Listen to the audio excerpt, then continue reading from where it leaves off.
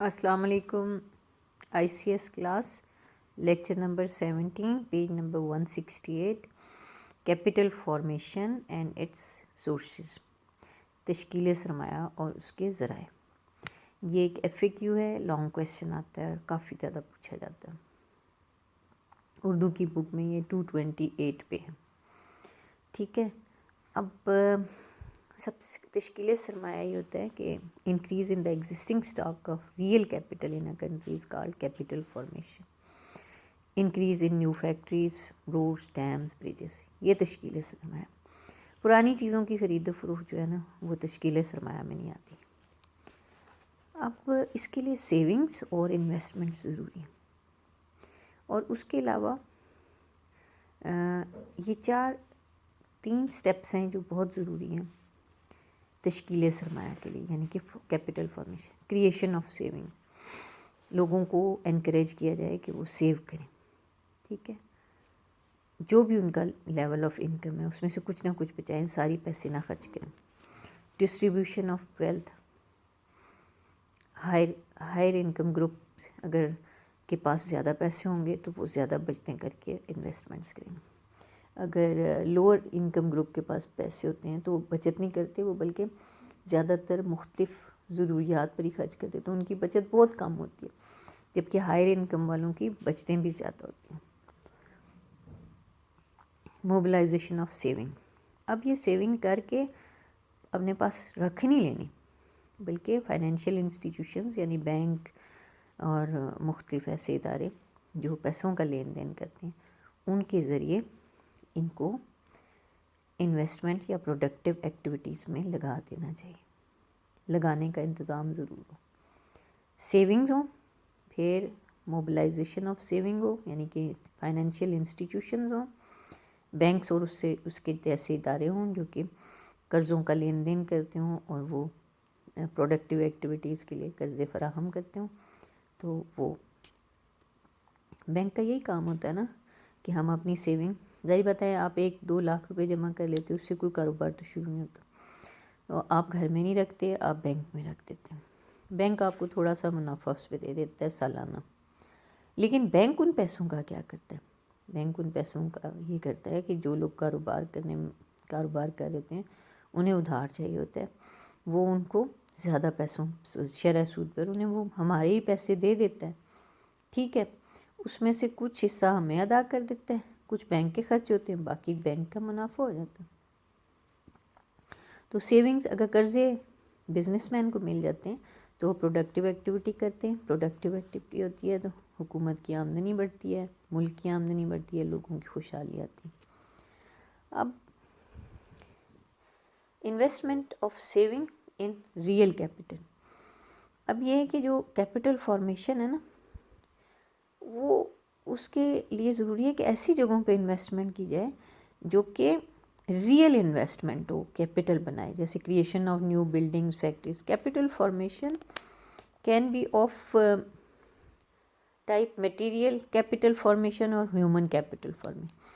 آپ اگر فزیکل چیزیں یعنی کہ سڑکیں، روڈز، سڑکیں، بیراج، بلڈنگز، فیکٹریز وغیرہ بناتے ہیں تو وہ میٹیریل کیپٹل فارمیشن ہے.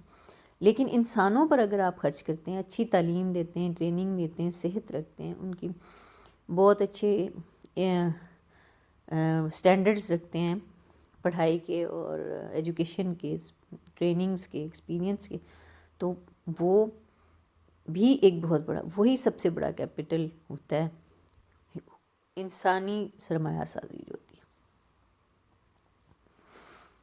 اب کیپٹل فارمیشن کے لیے جو پیسہ چاہیے ہوتا ہے، فائنینس اس کو کیا جا سکتا ہے یا کیا جا سکتا ہے ملکی ذرائع سے، ڈومیسٹک سورسز سے اور فورن سے. ڈومیسٹک سے یہ ہوتا ہے کہ آپ اپنی بچتیں جو ہیں، آپ کے ملک میں لوگ جتنی بچتیں کر رہے ہیں وہ آپ کر لیں. جن ملکوں میں بچتے ہیں اور وہ اس کو انویسٹ بھی کر دیتے ہیں نئی پروڈکٹیو ایکٹیویٹی میں، جیسے چائنا ہے، وہ اپنی جی ڈی پی کا 30% جو ہے وہ انویسٹمنٹس میں کر دیتا ہے. اس کے لوگ بچت بھی کرتے ہیں. پاکستان میں بچت کا رجحان کم ہے. ویئر ایز فورن سورسز سے جو ہمیں ملتی ہیں وہ ہوتی ہے غیر ملکی امداد جو پاکستان مختلف ملکوں سے لیتا رہتا ہے، لون، قرضے، فورن غیر ملکی سرمایہ کاری، غیر ملکی ریمیٹنسز جو ہمارے پاکستانی باہر سے بھیجتے ہیں۔ اب پاکستان میں کیپٹل فارمیشن میں کیا مصیبتیں ہیں، کیا پرابلمس ہیں، کیوں ہمارا کیپٹل اتنا کم ہے؟ ڈیولپ ملکوں میں سیونگ ریٹ پاکستان کا کتنا ہے؟ 15% آف GNP، ٹھیک ہے، جبکہ ڈیولپ ملکوں میں 25% ہوتا ہے۔ یعنی اگر 100 روپے کسی ملک کی گراس نیشنل پروڈکٹ ہے تو 15 اس میں سے سیونگ ہے، باقی 85 ہم پاکستانی استعمال کر دیتے ہیں، جبکہ وہاں پر 75 استعمال کرتے ہیں، 25 بچاتے ہیں۔ In rural areas people hoard money rather keeping it in financial institutions form of saving. اب جو گاؤں اور دیہات وغیرہ میں ہوتے ہیں نا، پیسے لوگ نا اپنے پاس جمع رکھتے ہیں، بینکوں وغیرہ میں نہیں رکھاتے۔ جب وہ بینکوں میں نہیں رکھائیں گے تو وہ پھر کسی بھی پروجیکٹ میں کے لیے استعمال نہیں ہوں گے۔ People prefer to convert saving into gold اور سلور۔ حد ہوتی ہے تو ان کے پاس پیسے جمع ہوتے ہیں تو ان پیسوں کے برابر گولڈ یا چاندی یا سونا لے لیتے ہیں۔ High capital out put ratio, کہ کیپٹل آپ نے جتنا لگایا ہے اتنی آؤٹ پٹ نہیں ہے، ٹھیک ہے، تو وہاں پر بہت زیادہ کیپٹل آؤٹ پٹ ریشو اچھی ہوتی ہے۔ Lack of effective financial institution, ہمارا جو بینکنگ سیکٹر ہے وہ اتنا ڈیولپ نہیں ہے، باہر کے ملکوں میں بینکنگ سیکٹرز یا فائنینشیل انسٹیٹیوشنز بہت ڈیولپ ہیں۔ ان آرگنائز سرمایہ اور زر کی، منی کی اور کیپٹل کی مارکیٹ منتشر ہے، منظم نہیں ہے، ٹھیک ہے۔ Immobility of factors of production, factors of production کی موبلٹی بہت کم ہے۔ لیک آف انٹرپرینیورل ایبلٹیز، لوگوں میں کاروباری جو صلاحیتیں ہیں وہ کم ہیں، کیونکہ ہم پاکستان میں نا جو بھی کوئی پڑھ لکھ جاتا ہے اس میں عام رجحان ہوتا ہے نوکری کرنے کا۔ انٹرپرینور وہی بنتے ہیں جن کی فیملی میں کوئی باپ یا بڑا بھائی وغیرہ کاروبار کر رہا ہو، ورنہ عام طور پہ پڑھے لکھے نوجوان جو ہوتے ہیں نوکریوں کی طرف جا رہے ہوتے ہیں۔ تو وہ انٹرپرینور جو ہوتا ہے اس میں عام لوگوں سے فرق صلاحیتیں ہوتی ہیں، جن کو ہم کہتے ہیں آجر کی اپنی صلاحیتیں ہوتی ہیں۔ اس میں لیڈرشپ رول بھی ہوتا ہے، اس میں وہ بہادر ہوتا ہے، رسک ٹیکنگ ہوتا ہے، اور وہ کام ہٹ کے بھی کر سکتا ہے۔ Lack of latest technology, Pakistan میں لیٹسٹ ٹیکنالوجی نہیں ہے، جو ٹیکنالوجی باہر والے ملک استعمال کرنا ترک کر دیتے ہیں تو وہ پاکستان ان کو سستے داموں خرید کر تو اپنے فیکٹریوں میں لگاتا ہے، کیونکہ آپ کے پاس کیپٹل کم ہوتا ہے۔ تو اب لیٹسٹ ٹیکنالوجی ایک تو مہنگی ہوتی ہے، دوسرا یہ کہ آپ کے پاس ٹرینڈ مین پاور بھی نہیں جو اسے استعمال کریں۔